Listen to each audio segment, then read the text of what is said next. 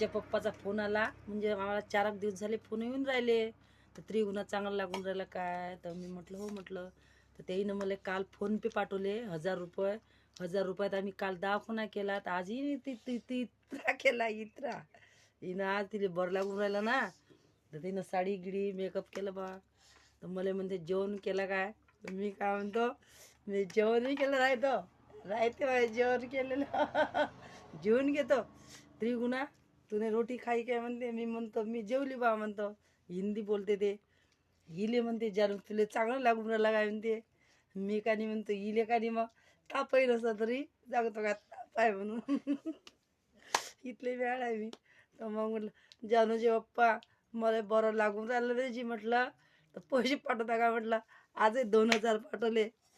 मग म्हणते मला म्हणते राजस्थानले म्हणते, तर मी म्हटलं येऊ म्हटलं येतो म्हटलं आम्ही राजस्थानला जाणार आहे.